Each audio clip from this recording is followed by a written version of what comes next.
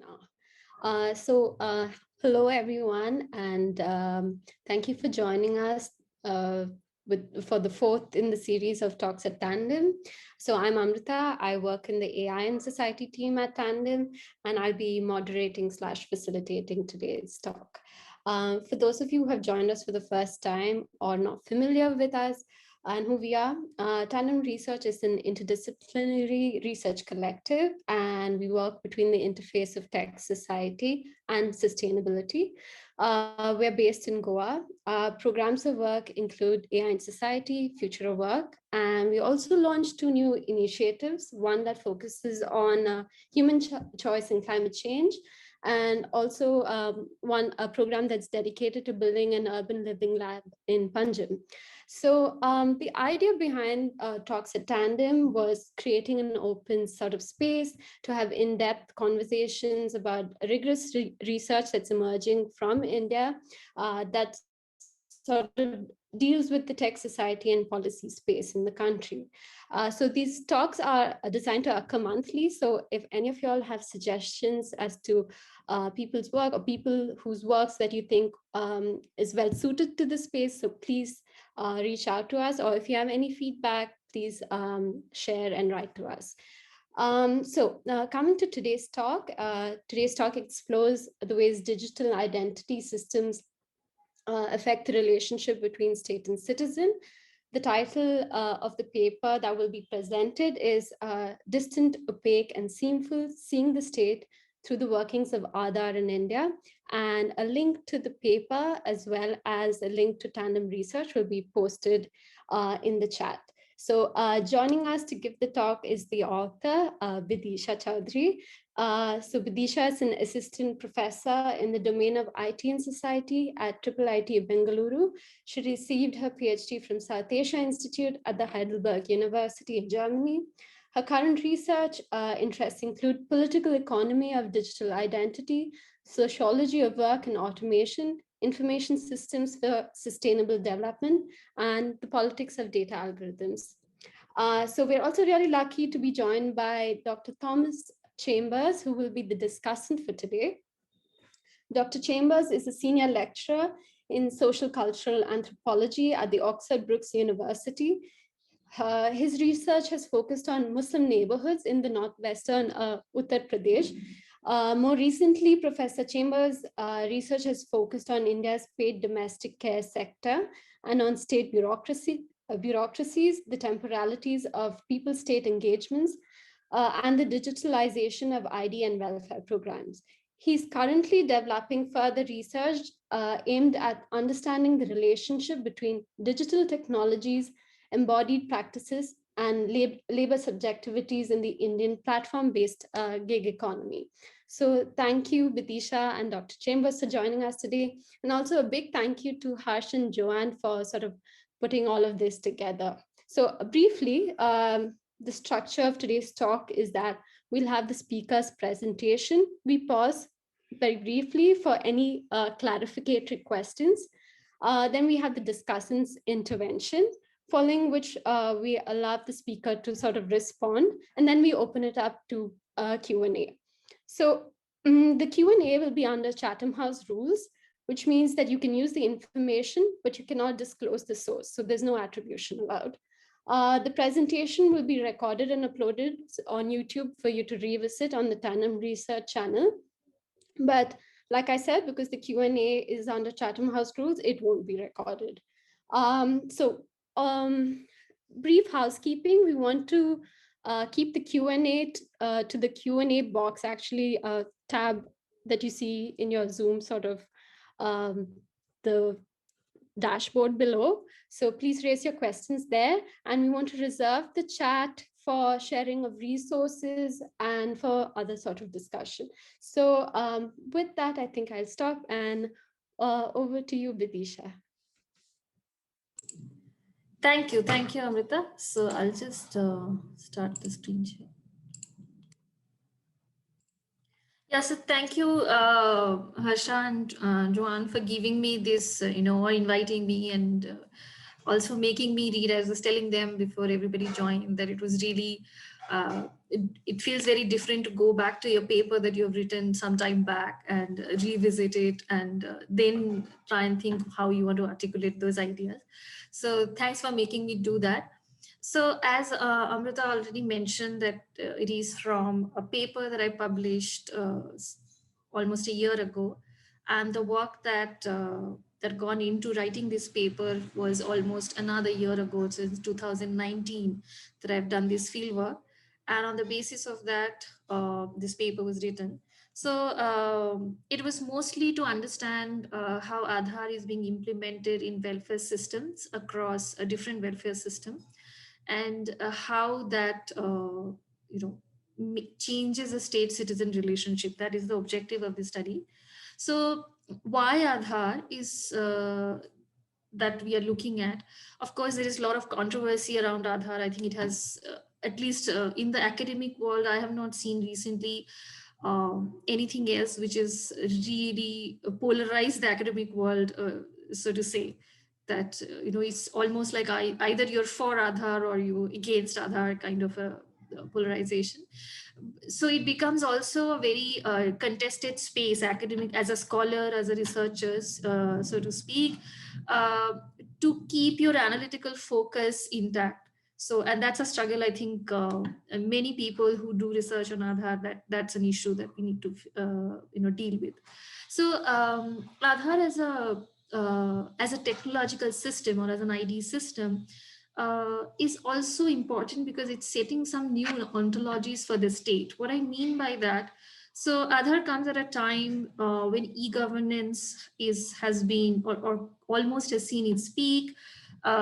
Technology has been seen as bringing in more efficiency, transparency, accountability, all these jargons of good governance that we have heard around e-governance.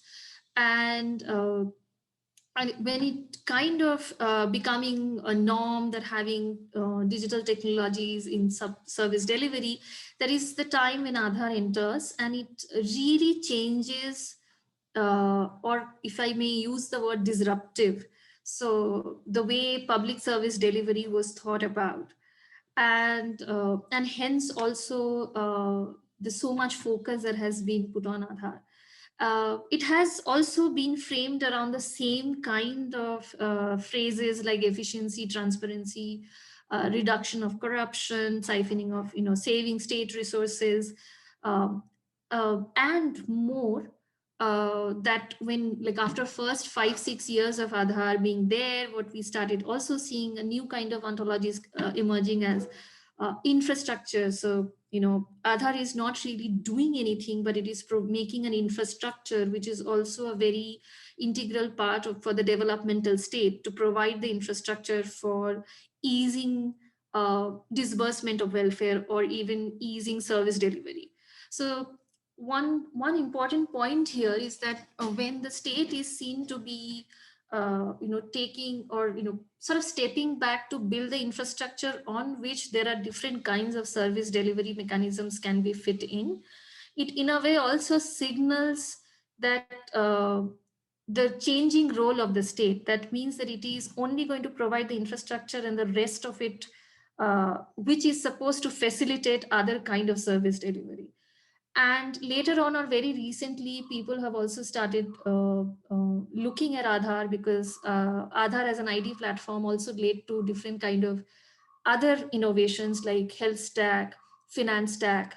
So that a lot of researchers are thinking of Aadhaar as this way to platformization of the state. When you start thinking of state something in the same line like an Android as a platform where all the applications are built, or the things that we use on our phone.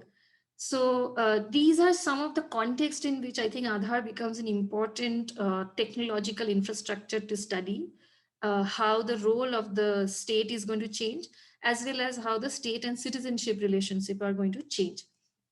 Now, when we are talking about state, most of the time we talk about the state without really qualifying what do we mean by the term.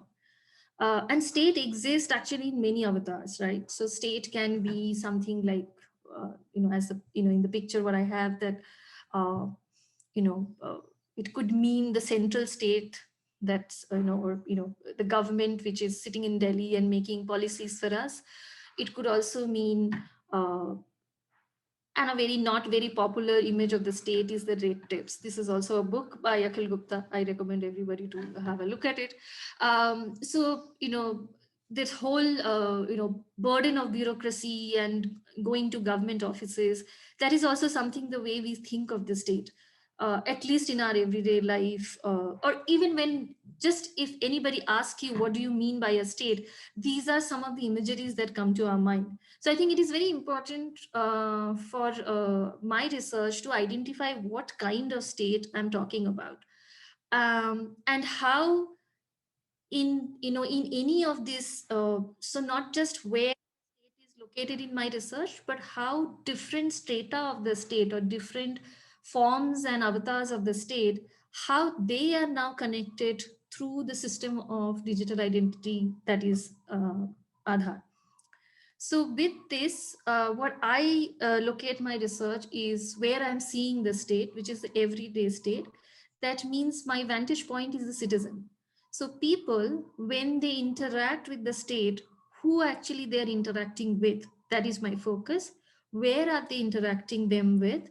So the spatial dimension of the state, the temporal dimension, so how many times or how frequently you need to interact, and where, and what is the nature of that interaction. So what is the qualitative aspect of an interaction is that I'm interested in. Now when I'm interested in these three kinds of dimension of the state citizen relationship, what I'm necessarily looking at the local level bureaucracy and also intermediaries who act as a representative of the state, who actually interact with the citizen on a day-to-day basis. So here you can see this is not from my fieldwork. This is a DBT cam. So people, this is a banking agent who is sitting there and disbursing the wages. So this is how citizens actually see the state. So he is the representative of the state for him. And what my focus here or my research is about how this interaction, how this space, how this interaction that gets changed when, or what kind of changes that are brought in into this kind of a social interaction through the use of Aadhaar. So my fieldwork, as I said, was done in 2019. Feels like ages ago, given the pandemic, at a different time in a different world altogether. So I did my research, my fieldwork in several villages across 3 blocks in Jharkhand. The cities reference would be Jamshedpur and Ranchi. So and we focused on 3 specific welfare schemes. One is PDS, which is the food distribution system. The other is NREGS, which is the livelihood guarantee scheme system, and the social security pension for senior citizens. So what we did, we talked to welfare beneficiaries and how they have been using Aadhaar in across these 3 welfare schemes, and what has been their experiences. We also spoke to local level officials, block levels, as well as district level. I have just put out the number of people in different categories that we have spoken to. We also spoke to Rozgar Sevaks and Mates. These are basically part of the NREGS or the Livelihood Guarantee uh, scheme. Who Rozgar Sevaks are those who basically act as the representative of the state in this case to get people to make their job cards, to identify people who need work and all that, and also give the information about which work is available and at what point in time, and where that work will be taken place. Mates are mostly appointed to supervise the day-to-day work, keep a master role of who is joining the work, how many man hour of work is being done.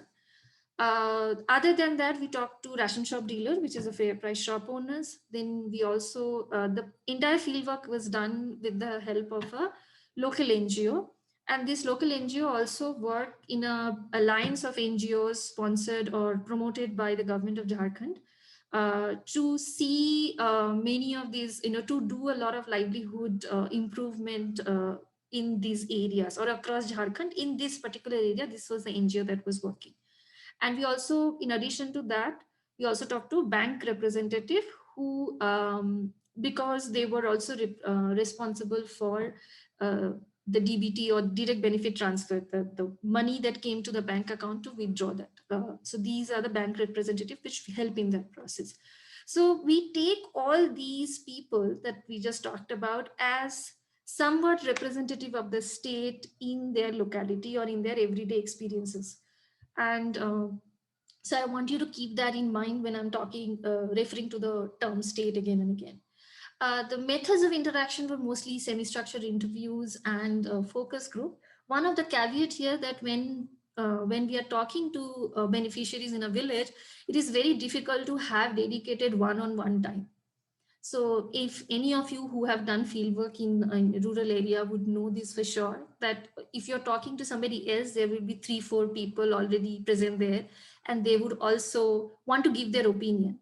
And in our case, because just the moment they came to know that we are doing, we are looking at Aadhaar and its use in welfare, people just wanted to talk about their problem and the issues that they faced. So everybody wanted to talk at the same time. So after a couple of try, we realized that we would just go with focus groups. So we will make them sit together and just ask them questions, and they can all talk one after the other rather than having one-on-one interviews. For the others, not those who are not beneficiaries, we had semi-structured interviews. Both me and my field assistant, we both spoke the local languages, which is Hindi and Bengali. And both Hindi and Bengali in a certain dialect. So, and for some of the dialect differences, we also had the social mobilizers or the community mobilizers from the NGO who helped us along with being a respondent. So this is more or less setting. This is some of the pictures. This is a PDS shop, and this is the machine that you see, the fingerprint. This is not the fingerprint machine. This is the point of sale machine. This will be attached to a fingerprint machine. This is actually a announcement that we found on a village, which is about. I don't know what is exactly the translation of this word. If anybody can read Hindi, maybe can help me with. But this is basically an announcement for NREG's work for female farmers who are looking for work. The other picture here, that is my daughter. She accompanied me. But other than her, everybody else, the other people you see as villagers. So why I put this picture, not for my daughter, but there is this is where we were talking to the you can see some women here. So we were having a focus group with the self-help group members. And because, as I said, right, that as soon as people came to know that we are talking about Aadhaar and Aadhaar related issues, there were 2 men who did not feel comfortable to come in. So they were waiting outside to talk to us because they also wanted to make their point, and they just wanted to make sure that they don't budge into a all women group. So they were waiting outside here. So these are some of the pictures from the field. So before I get into the state citizen relationship, I just want to summarize what are the issues that people faced uh, with the use of after the introduction of Aadhaar in each of these 3 schemes that I'm talking about. So the first issue that people, in PDS, a major problem was authentication failure, either complete authentication failure or partial. Partial means that in some days it worked, some days it did not work, or for some people, some fingers work, some fingers did not work.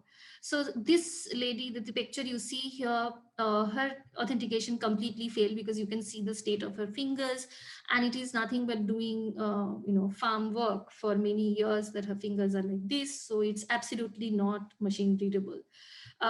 So she is not able to do it, but thankfully she has a another person on her card, and hence her husband can take the ration for her. Therefore, other people, even those for those authentication work, it was mainly repeat attempt. So repeat attempt is most normal thing, and which I put at the end, that this repeat attempt also meant that there was an increased turnover time for ration disbursement. So whatever they could do, let's say in an hour, it now takes about 4 hours, 3 to 4 hours. Uh, then, of course, one thing that we found very interesting at that point during the time of our fieldwork was that as an alternative method, because authentication failure was so rampant, most of the state across India has an alternative method issued now. And in Jharkhand at that time, before our visit, mobile OTP was the alternative method that was available. Now, what happened that many of the people, oh, okay, one thing I forgot, that most of the people that the area that we covered around Jamshedpur and Ranchi, most of the people belong to SC and ST community. And that's why also the Bengali and the Hindi that they used, they were also mixed with some of the local tribal uh, dialects, only for the STs, not so much for the SC communities. So what happened that because of most of them are landless, so they don't have enough resources. So many of them don't have a mobile phone, and as a result of that, they had to rely on the mobile phone of the ration shop dealer. So who would then get the OTP in his phone for each of these dispersal? And what happened that there was so many of these request for going to a single phone number, it was flagged in the system. And at the moment of our visit, Jharkhand government discontinued that service. So as a result of that, those who were using this alternative method were not being able to use it. Another important problem that we found in PDS that after the database of Aadhaar was seeded with the PDS database, many people from households they slipped through the crack. So let's say 3 people from your family made it to the new ration card, 2 people did not make it. So that also led to different kind of issues for people.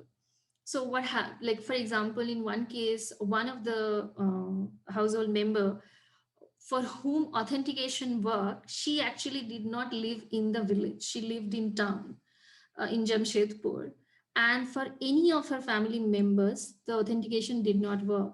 So after the discontinuation of mobile OTP, unless and until she comes back to village every month to get the ration for the family does not get ration. So there are many similar stories that you get to hear.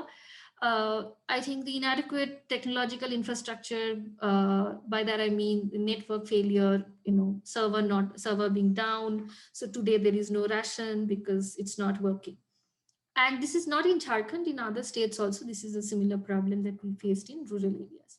In NREGS, the problem were of two kinds. One is the payment related. So people, the bank account linking, many people did not have bank account. They had to open a bank account, but they had no idea how to deal with a bank account. So that really, it was a lot of learning on their part. So one such example, I don't know how I'm doing over time. So one such example was this, when we were visiting, right before that it came out in the newspaper, there was a scandal about this ICICI bank, that it was projected that there was some sort of a scam, that people who, they have, so most of the people who did their work, in RGS work, they did not get paid in their bank account, which was Bank of India. That's where they had actively done the linking. So after almost a year, they found out that the money went to their ICICI account. So now, why I said that they are not even aware of the banking system.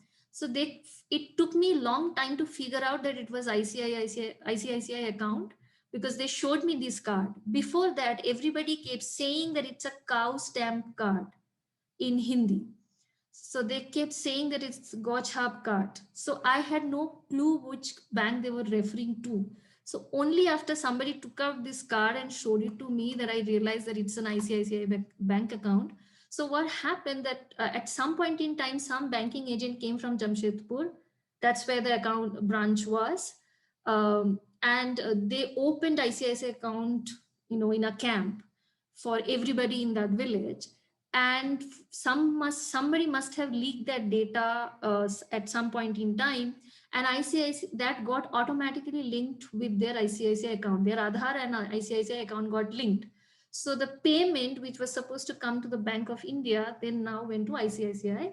And these people, other than this card, they had no clue. They don't know what is their account number. They do not know how much money they have in their account.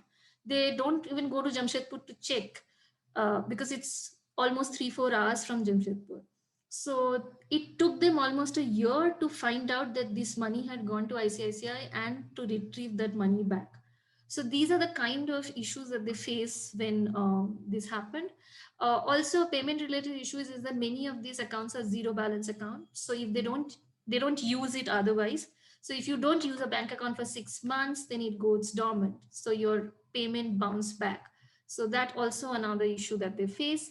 Then data mismatch is again when two databases are seeded. If there is mismatch between the Aadhaar database and your job card data, that's when your payment gets withheld.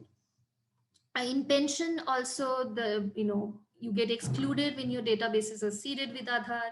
Payment related issues, this almost the same as in REGS.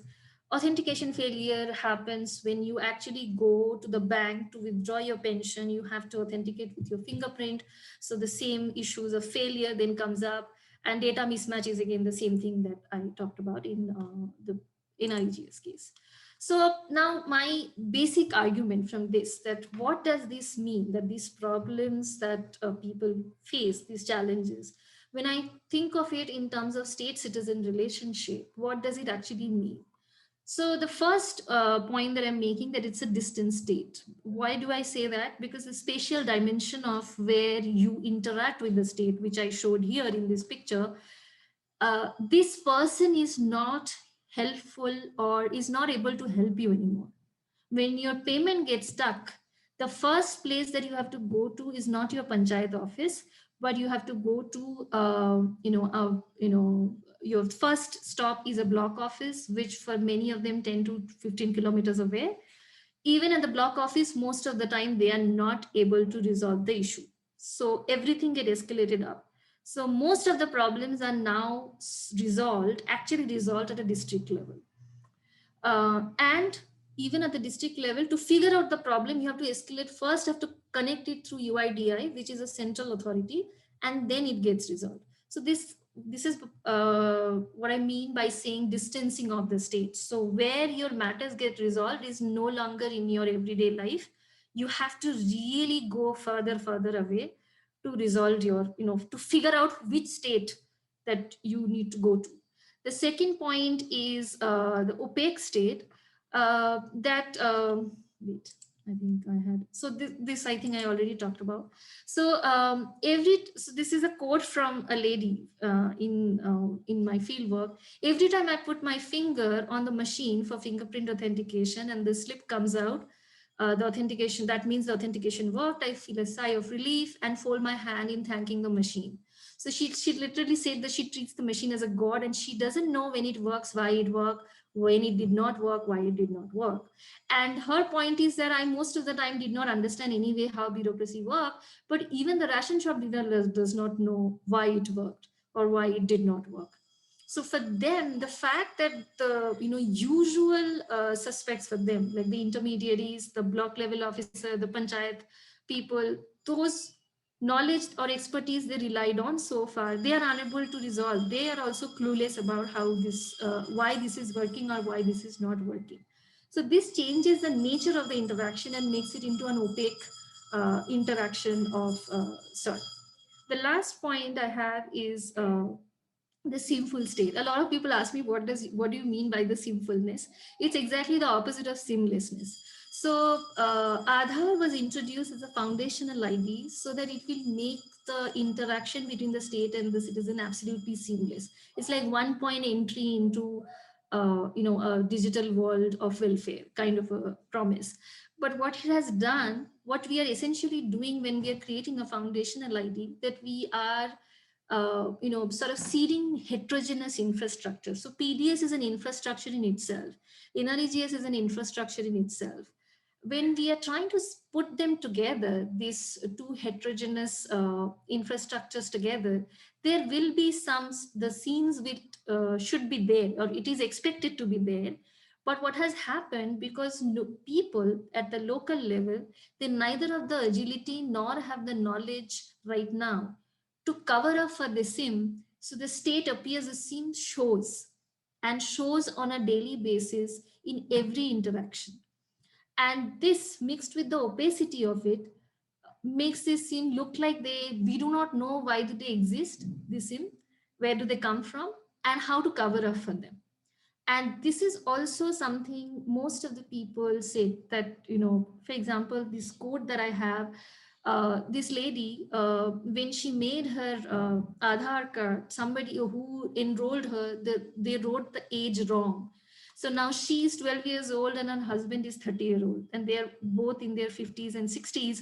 And she cannot get NREGS work because she's below 18, and her husband cannot get pension because he's 30 years old. um, and this all happened because of the scene that showed, and nobody knows how to sort of cover it. And this is happening when two heterogeneous infrastructure of digital ID and NREGS are coming together. So these are some of the fieldwork stories that I had, or vignettes that I had. So three things that becomes very evident here: that there is a centralizing tendency in the way digital ID system, at least in case of Aadhaar, has worked. And this whole concept of a foundational ID reflects that, or manifests that kind of a centralizing tendency. It black boxes welfare. So it's not just about when things are not working. Even when things are working, it is not clear why it is working. So it, in a way, bureaucracy, which supposed to bring in predictability and certainty, that is kind of taken away by black boxing welfare. And the last, that I think I already mentioned this, that a local level bureaucracy, the what we call the street level bureaucrats, those who had the expertise to actually make things work at a local level, their autonomy is severely curtailed through the introduction of Aadhaar and in the welfare system. So these are the three important points. And in my paper, I actually start with this quote by Nandan Nilekani in his book in 2009. This is right when Aadhaar was launched. An identity system linked up with an IT-enabled processes that interlinks our various departments would, beside making citizen information and identity more verifiable, which is from the state's point of view, make the relationship between state and citizen infinitely less traumatizing in both time and energy wasted. So I just put a question mark under this claim, and my work kind of shows that this claim is definitely has not proved to be true. So I'll end here, and now over to you, Thomas. Thank you. Thank you so much, Bidisha. And I think we'll pause for a minute if anyone has clarificatory questions. But for substantive questions, I request you to post anytime you want. We'll just raise them. I will read them out, post the discussant's intervention and Bidisha's sort of response. So I'll wait for a minute. If there aren't any, then we can move on to Dr. Chambers. So there is one question that Sylvia is asking, if I saw any differences in the way Aadhaar worked in these three different welfare schemes. So I think what I was trying to I tried to capture that when I summarized the findings, Sylvia, that how what are the main issues in each of these that Aadhaar presents. So, for example, in REGS, there is definitely the issue is related to the payment and the banking system linking, whereas in PDS, it's mostly about authentication failure. Whereas in data mismatch is something that you find across all three scheme. That is a result when Aadhaar seeding happened. So yeah, so there are some patterns which are similar to all the schemes, and there are some specific to the scheme. I think that would be enough for now, and then we can come back to the details later. Sure. Thank you. I think that's about the only question. So then I can over to you, Dr. Chambers. Thanks ever so much, Bidisha, and thank you for inviting me to be the discussant today. I read your paper initially, Bidisha, when it first came out last year, so it was really nice to sort of re-engage with it again. And I've used quite a lot of Bidisha's work in the sort of context of my own research. Also, I have to share my screen here. 1 second, sorry. Oops, I get this working.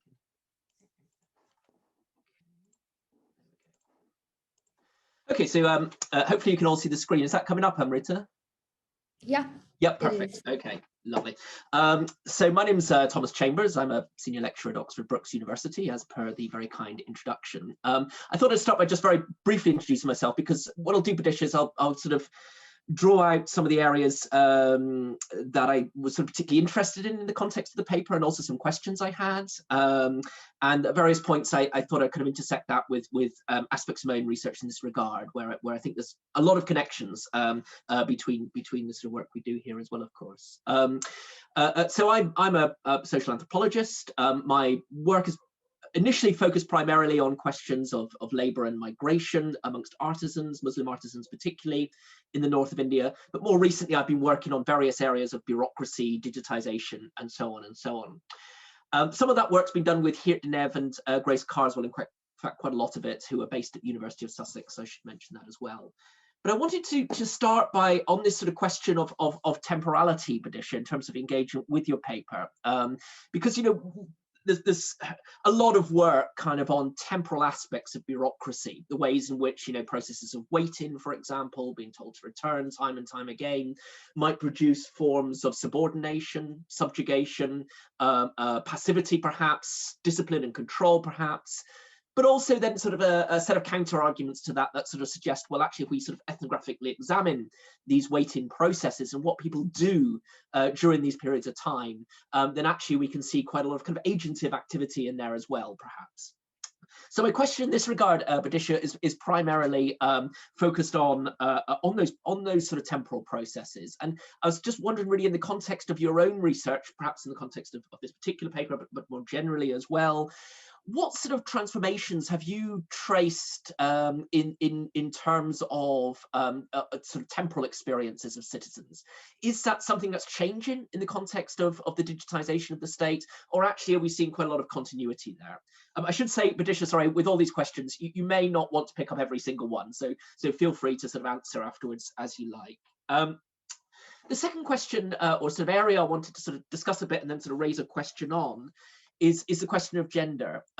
In your paper, Bidisha, you know, several of your informants are women, and you sort of, you know, talk about their kind of experience. But the paper doesn't particularly kind of draw out gender sort of distinctions around, and I know you've done that in some of your other work, but in this particular piece, you're not sort of drawing out this gender distinctions. So I wanted to kind of raise a couple of points in that regard, and then, you know, that feeds into then a couple of questions that I had. The first concerns kind of gendered histories in the construction of sort of bureaucratic materialities. To put that in context, we can look for example, the augmentation of sort of PDS and the ration card particularly, of course, as a sort of primary facet of India's welfare system.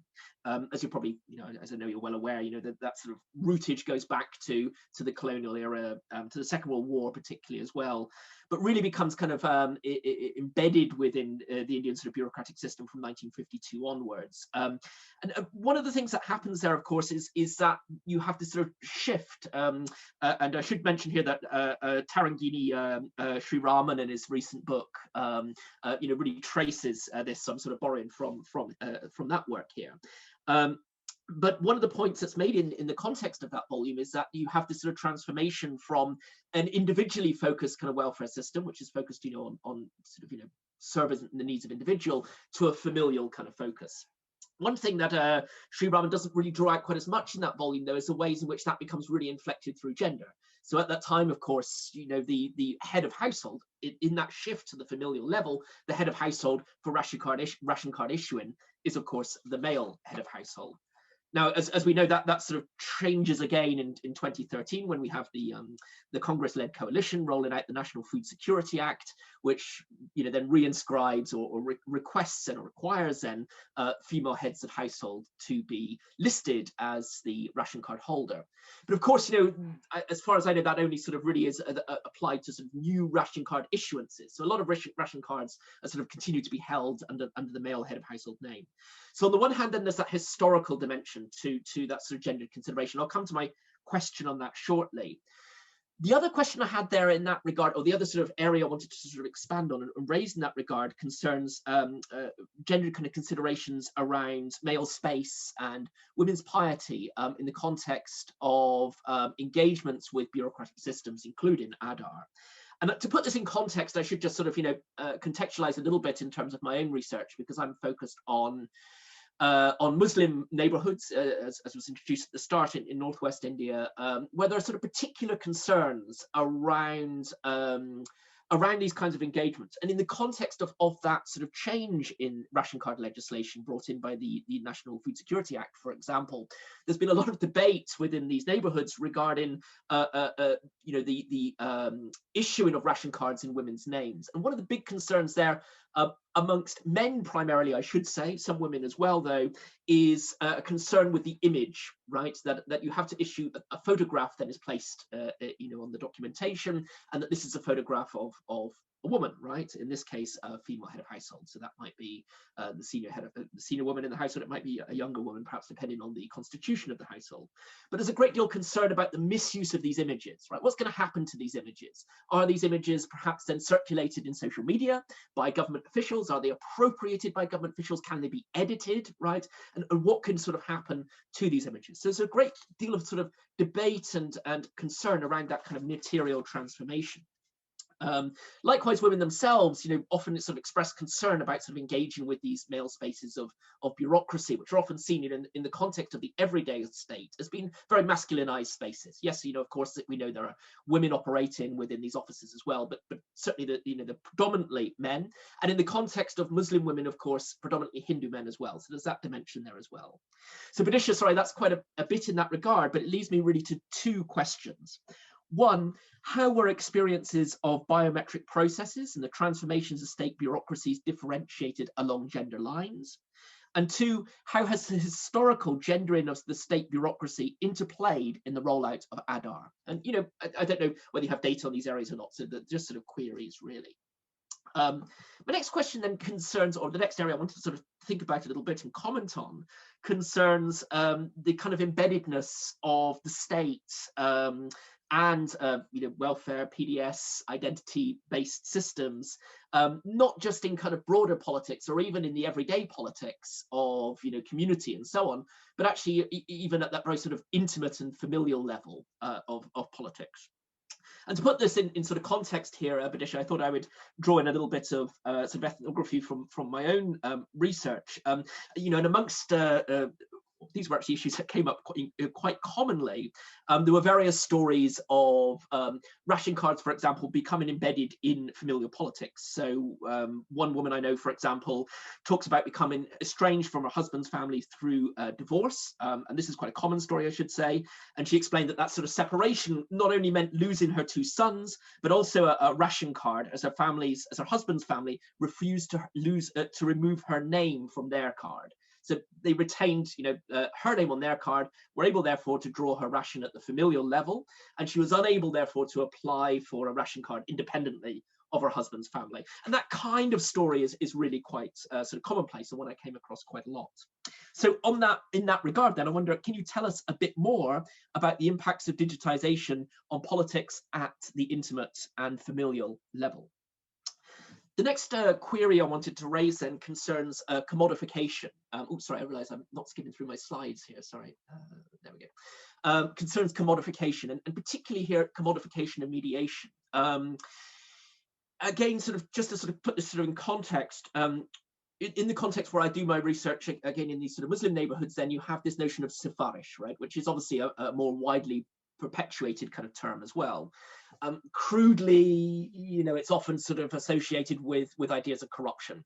Actually, I would argue it's much more complex and nuanced than that, and we can really think of Sephardic as perhaps a continuum, a moral continuum, within which there are, acts that could be seen as corrupt, within the local kind of context, yes, but also acts that might be seen as an obligation, as a duty, and so on and so on. To lean on someone to get something done, right? To lean on that official or whatever it might be to get something done might be seen as a duty.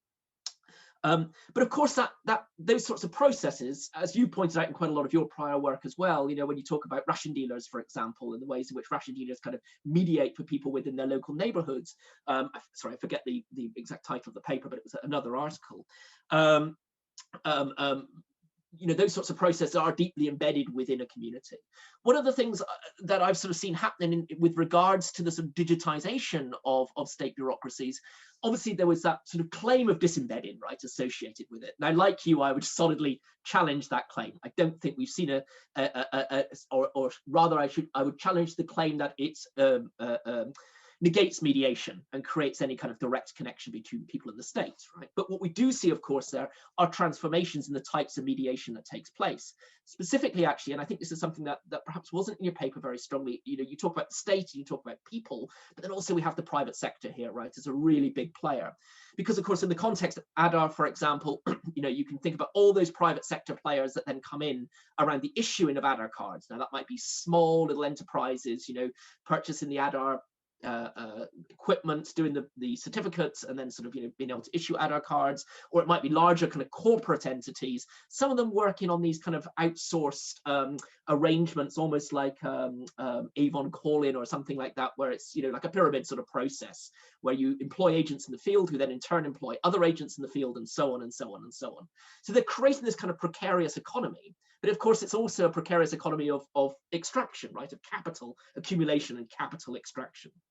So in that regard, then, I wonder if I could ask you to reflect a little bit more on the ways in which those processes are perhaps playing out in the context of your fieldwork.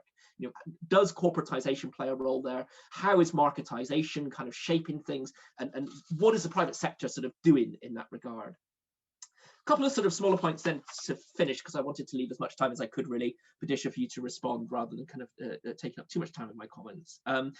You've already kind of highlighted in your presentation there the interaction between sort of machines and bodies, and you showed this image of hands, of course, and people like Ursula Rao and others, and also in my own research, it was a very strong factor amongst agricultural laborers and manual laborers, where fingerprints get worn off. There were also a lot of rumors in villages outside the city where I do most of my research about sort of mind reading with regards to iris scanners and things like this.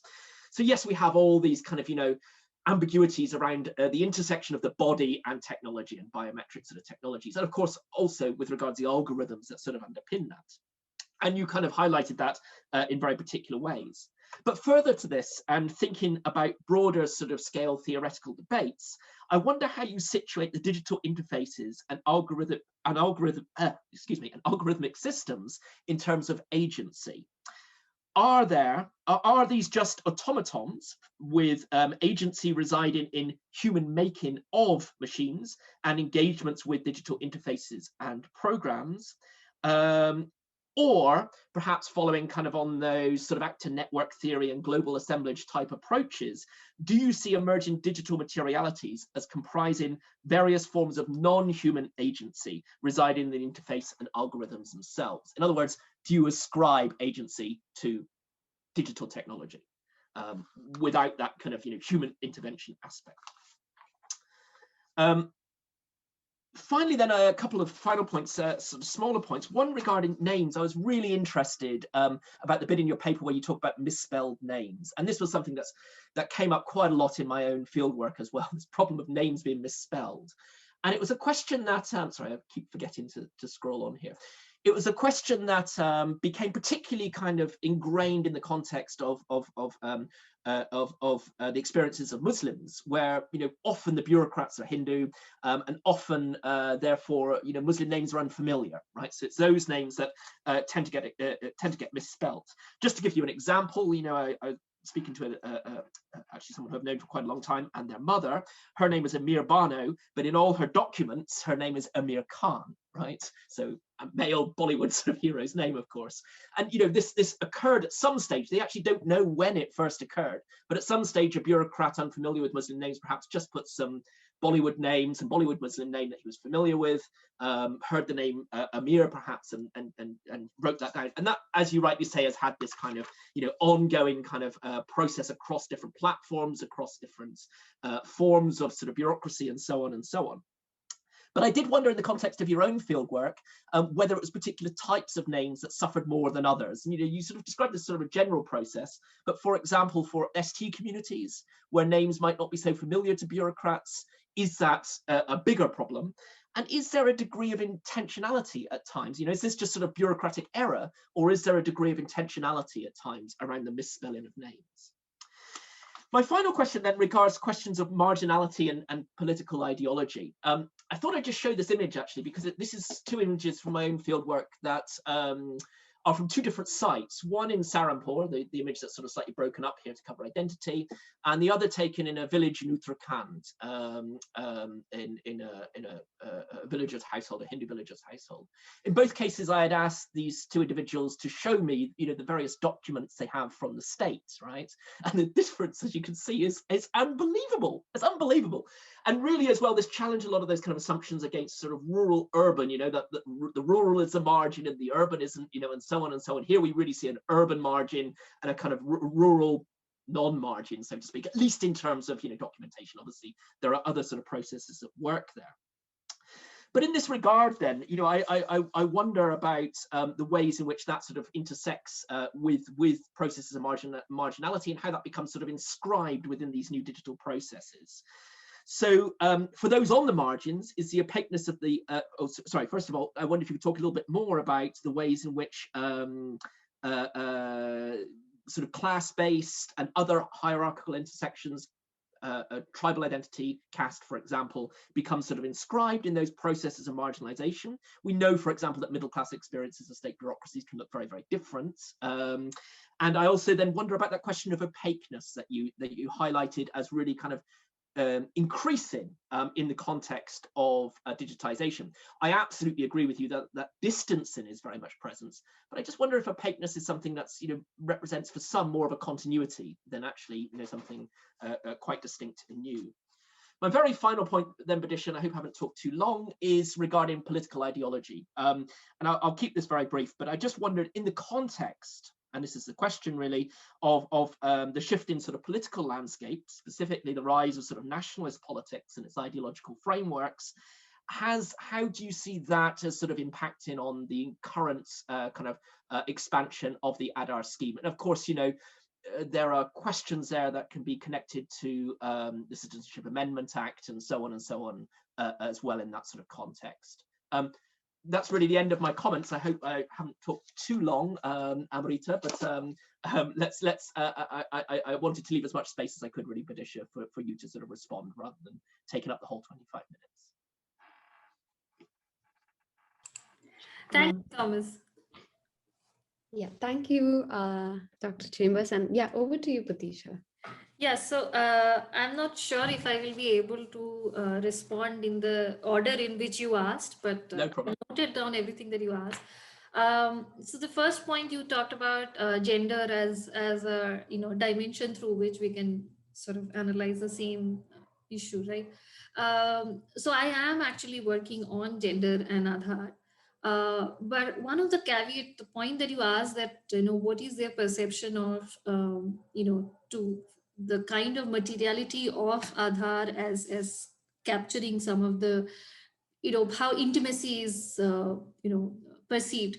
So that is there. The caveat here is that because I do ethnographic work and the enrollment is done, it's like it's really relying on that memory of enrollment process and how they resisted and all. But some of those issues do come up when you talk about the problems that they face now. And I was just thinking, very interestingly, right now it is about fingerprint. And because there is so much conversation around fingerprints, there is also a chance of people there's a conversation around going to facial recognition, right, as part of Aadhaar. So I think that would be really interesting to see that when it comes to facial recognition, how people do think about it. As far as the ration card part is concerned, I did not see any kind of, I at least did not see some sort of gender differentiation between whose name would be on the card. I think because it's a welfare, so they, I think, like more people possible to be on the card. But having said that, in my work, I am doing also another set of another whole different set of field work in Karnataka and Andhra Pradesh. Is that when you are looking at the experience, how the experience of exclusion or even authentication failure is mediated through gender and age. And because most of the time it's the senior citizens who face the issues of authentication. Many of the senior citizens are also single card holder, and most of the cases they are the widows. So when they are failing to authenticate, so running the errands through different corridors of the state and figure it out is almost impossible. Even if they have a double card, their husbands, who are obviously most of the time much older than them, are bedridden. Children don't live with them, and once children get married, they have their own, ration cards. So, in this sense, women do actually face women are a lot more vulnerable than their other counterparts in the way they face the effect of introducing this new materiality. Because earlier, if you did not need to be present, they could send it to somebody. You give your card to somebody and they will get the ration. And so, in not maybe in Jharkhand, but in other places, we have also seen that they might live with their son and family, even though they have a different ration card. So there's the daughter-in-law would get it. Another interesting point about gender that I've seen across four state actually now, no, three state that I've worked so far, and this is in South India and in East now in Jharkhand. Women are the main user of PDS. It's women who always go to get ration. So that's why it's also very important to note that if authentication failure is more prevalent among women, that is something is really problematic, because it's men most of the time is working outside, like they're seasonal migrant many times, and also they do go for earning the wage outside. So even if they have land, women are the one who are taking care of the land at home.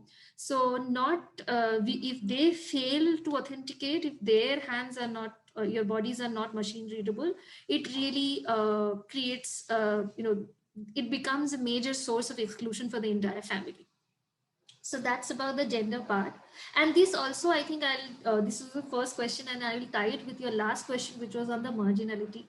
So the axis through which marginalization is happening, I see mostly around the age and gender. Another kind of marginality that I came across is not so much around caste, maybe, but around community. I'll give you an example that, in urban areas, in urban municipal areas, when there is, exclusion that happens, people are literally left to starve. In rural areas, when there are, irrespective of the caste, there are strong community existence. So because of that, even if people are excluded from the system, that there are so many stories, people have not been able to get their ration for 11 months, 2 years, and so on. So these people survive because of the community. And so there is a geographical, or I would say a rural urban dimension to experiences of exclusion. So not just how they are able to access the welfare, but because if the welfare is leading to more exclusion, that dimension that definitely came through in my work a lot. And I think the problem that the caste issue might come because many of these people that I worked with, they are landless. So landlessness also add to their marginality in a different way, and hence their only way they can survive is through the welfare, especially the PDS. And in absence of that, it leads to further marginalization for the landless people. So these are three dimensions I think that came clear through my work. The other point was the embeddedness of the state. So here also, I think in the earlier paper that you're talking about, which is on the intermediaries. So I think working on that paper also made me look at, the state at the local level, because, and I think it did not come through so much in the presentation, but I did talk to people who are at block levels, so BDOs, and even people who data entry operators, people who are banking agents and all. So most of the time they're helpless, that they know that this is a genuine person whose authentication worked last month. It is not working now, so they don't know what to do. They do try, and I'm not saying this like, I'm not trying to portray a very benevolent picture of all bureaucracy here, but for lack of any other infrastructure, these are the people they have relied on, because there is no other way out for them. So if now, even if what the system is doing, and this is also a material shift, I think, that the system is, there is a systematic curtailment of their autonomy to, sort of stop corruption by these people, which is also a fact.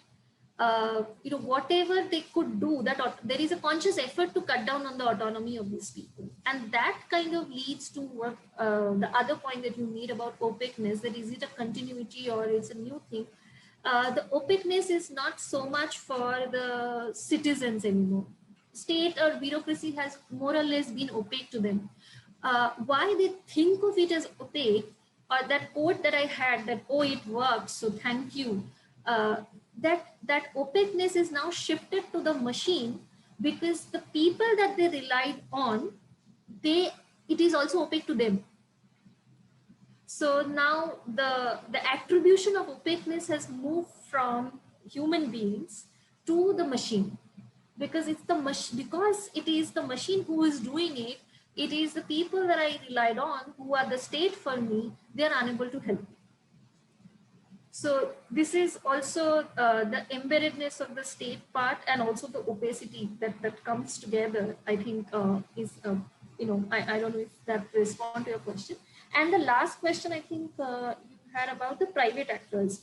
So the private actors, I think the hairbrush shop owners were also private actors.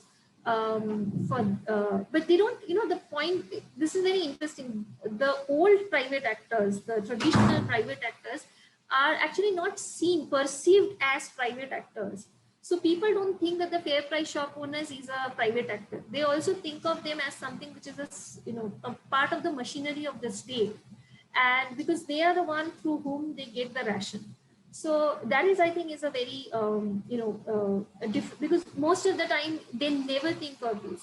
The corporatization is something which has not trickled down, I would say, that they still, and I think, the picture that you showed, that how many ID proof, like this person had, the government IDs, there is a heavy reliance on state.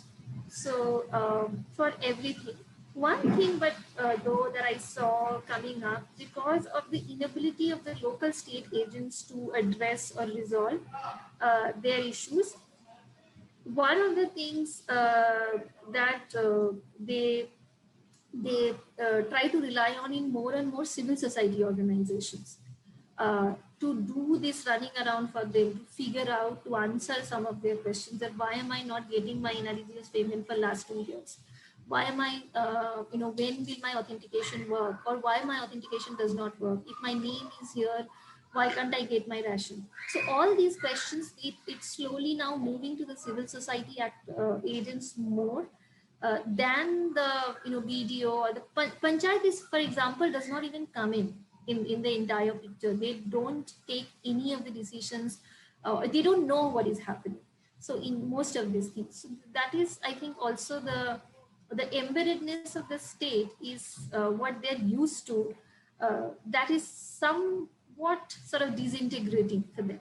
So there is this scope for the civil society organization, and you are right, private sectors, this is a fertile ground for now private sector to emerge, because of this disintegration that is taking place.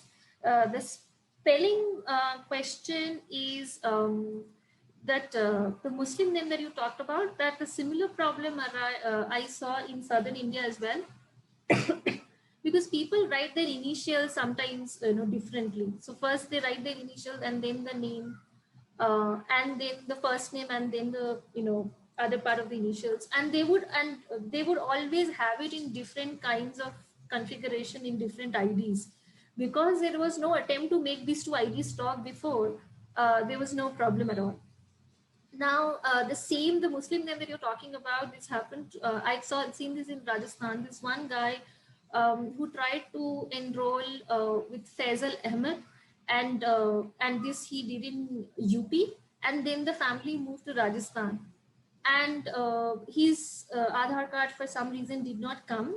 So he tried to enroll again in Rajasthan, and then somebody wrote as Ahmed Faisal. Because the ID they might have given, so, or the school certificate, whatever it was. And then he had enrolled for the same thing. That's why the system did not recognize. He enrolled and paid for enrollment again and again, 3 times, and his Aadhaar did not come.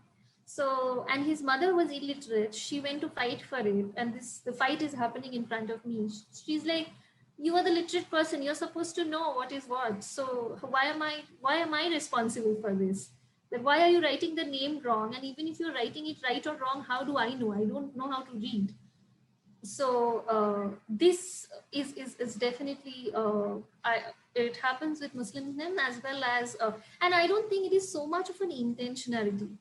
What I felt that, yes, at least in the Jharkhand case, all these happens because there was there was immense pressure. So the entire enrollment happened in a hurry, and enrollment agents were mostly like 18-year-old, 19-year-old, fresh out of college, right? So this is at the level, these are also a set of private actors who are doing the work of the state that they are not experienced in, so they don't even understand the implications of getting it wrong.